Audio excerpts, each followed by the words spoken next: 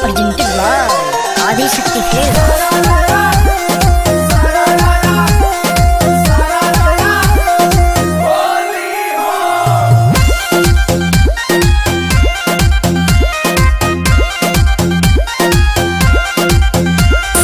फागुन के डूबल माजा में बा, बोल कमी कवन तो हर राजा में बा।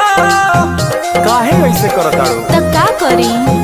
सब फागुन के डूबल माजा में बा, बोल कमी कवन तो हर राजा में बा। सड़िया करी हलाइल जब से मनवा भाई पागल बा। हाय हाय हाय देवरे से दिलवा लागल बा, देवरे से दिलवा लागल बा। रंगवा से नहीं मन तोहरा से भागल बा। होय होय होय देवरे से दिलवा लागल बा, देवरे से दिलवा लागल बा।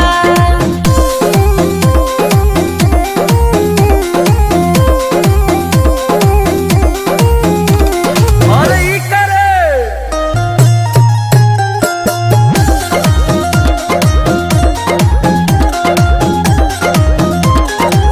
किसिम किसिम के उचोली लावे किन के, कैसे भुलाई जाई राजा ओह दिन के।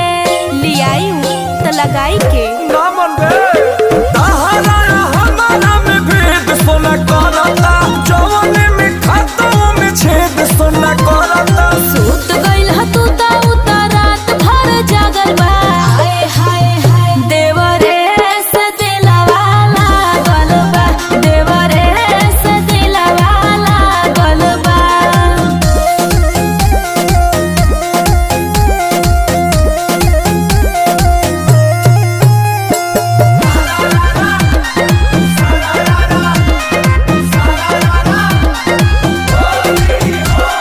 जननी ना राजा तू तूर देब दिल के, तू नहीं बुझेला उहे बुझे फील के। तहरा का बुझाई राजा? तोरा कुछ नहीं के बुझा तहरा